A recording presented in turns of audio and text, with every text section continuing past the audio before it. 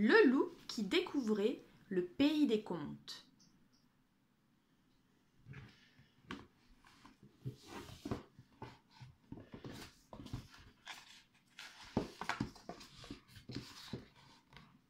Quand Loup se réveilla ce matin-là, le soleil brillait haut dans le ciel. C'était un temps parfait pour le grand goûter du printemps qui aurait lieu l'après-midi même dans la forêt. Cette année, pour le goûter, je vais faire un gâteau aux pommes, décida Loup. Le souci, c'est que je ne sais pas cuisiner. Loup prit un panier et sortit. Dans la forêt, il trouverait bien quelqu'un pour l'aider.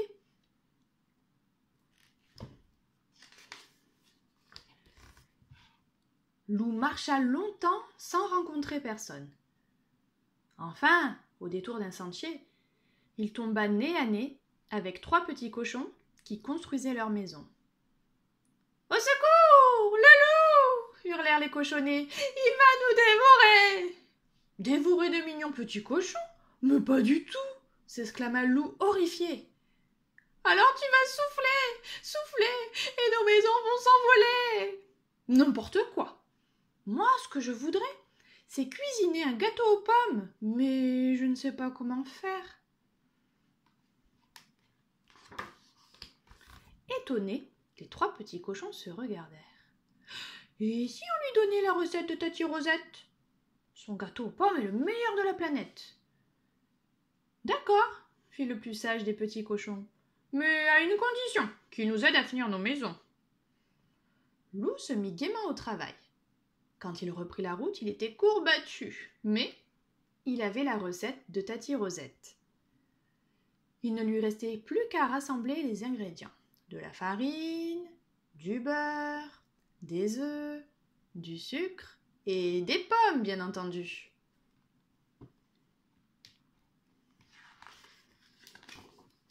Tout en avançant, Loup pensait à son gâteau.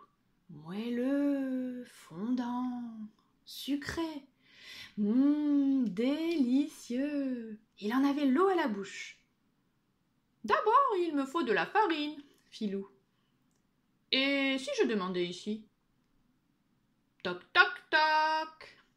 Doucement, la porte s'ouvrit et 7 mignons chevreaux pointèrent leur museau. Loup s'avança et vlan ! Quelqu'un l'assomma.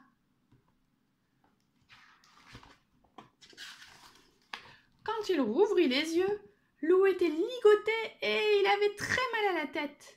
« Alors le loup, on se croit encore le plus fort ?» gronda la maman chèvre. « Certainement pas, » protesta Loup.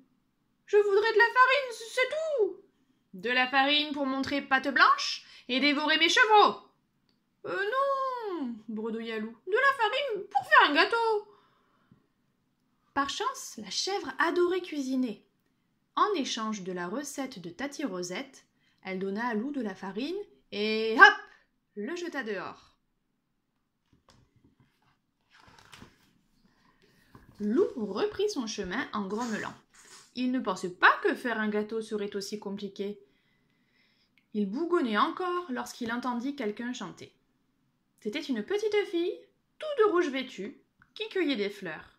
« Et toi, je te connais !» cria la petite fille. « Tu es le loup !» Loup soupira. Voilà que cela recommençait. « N'aie pas peur, je ne veux pas te dévorer !» fit-il de sa voix la plus douce. « Ça c'est sûr !» fit la petite en haussant les épaules. « Tu n'as pas l'air bien méchant. »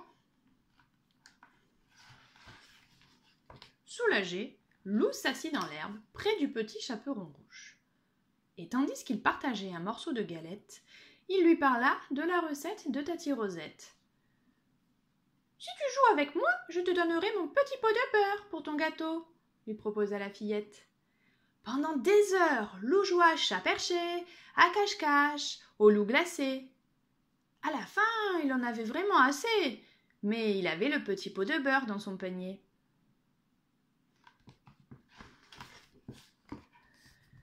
Ingrédient numéro 3, des œufs, lut ensuite Loup. Justement, il y avait un nid juste au-dessus de lui. Courageusement, Loup commença à grimper quand un cri le fit sursauter. Au pied de l'arbre, un renard venait d'attraper une petite poule rousse. « Ce soir, tu cuiras dans le chaudron !» se réjouit le renard. « Ma vieille mère et moi, nous nous régalerons !»« Pauvre poulette !» pensa Loup. « Je ne peux pas la laisser se faire croquer !» Sans bruit, il descendit de son perchoir et suivit le renard. Profitant que le renard s'était endormi, Loup s'approcha et délivra la poule. « Pauvre de moi !» gémit-elle. « Échappée au renard pour finir dans la gueule du loup !»« Rassure-toi, je ne veux pas te manger !» lui promit Loup. « Allez, cocotte, filons d'ici !»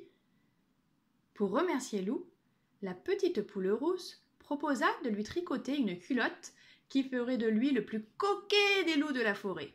« Non merci, » fit Loup. « Je préférerais quelques bons œufs frais. » Loup se remit en route.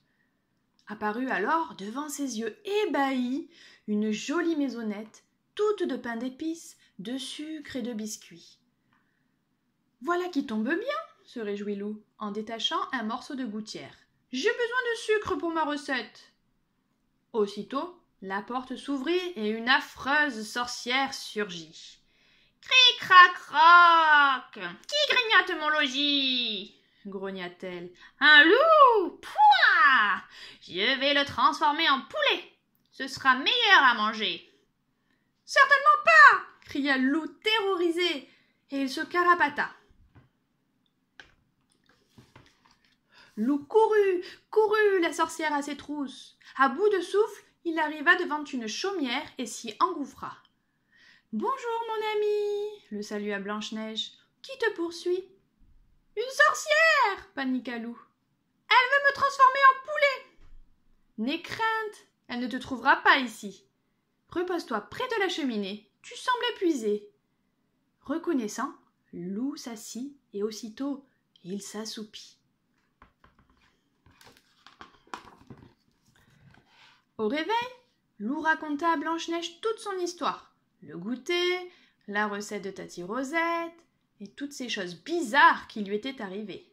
« C'est parce que tu es dans la forêt des contes, » lui expliqua la jeune fille. « D'ailleurs, voici de belles pommes pour ton gâteau. » Loup regarda les magnifiques pommes rouges avec inquiétude. « Promis, la méchante reine ne les a pas touchées, » rit Blanche-Neige. Loup la remercia rassurée. Blanche-Neige conduisit alors Loup devant son miroir.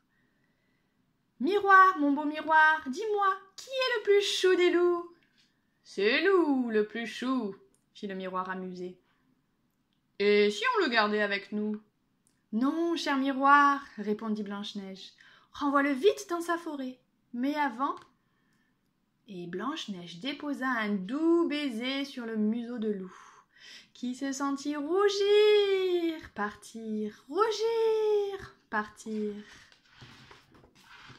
Loup secoua la tête, tout étourdi. Il était de retour chez lui. À ses pieds, son panier était bien rempli. « Youpi, j'ai tout ce qu'il faut pour préparer mon gâteau. Vite, au fourneau !» Dans sa cuisine, Loup suivit à la lettre la recette de Tati Rosette. Il coupa, versa, mélangea. Lorsque tout fut terminé, son gâteau était gonflé, doré à souhait. C'est alors que... Toc, toc, toc. On frappa à sa porte. « Salut mon chou !» fit grand-mère. « On est venu pour le goûter !» C'était l'heure du goûter. Autour de la table, les amis de Loup étaient déjà installés, impatients de se régaler. « Ah, te voilà enfin !» s'exclama Valentin. « Que nous as-tu donc amené ?»« Le gâteau aux pommes de Tati Rosette, fit Loup. « Et aussi quelques nouveaux amis. »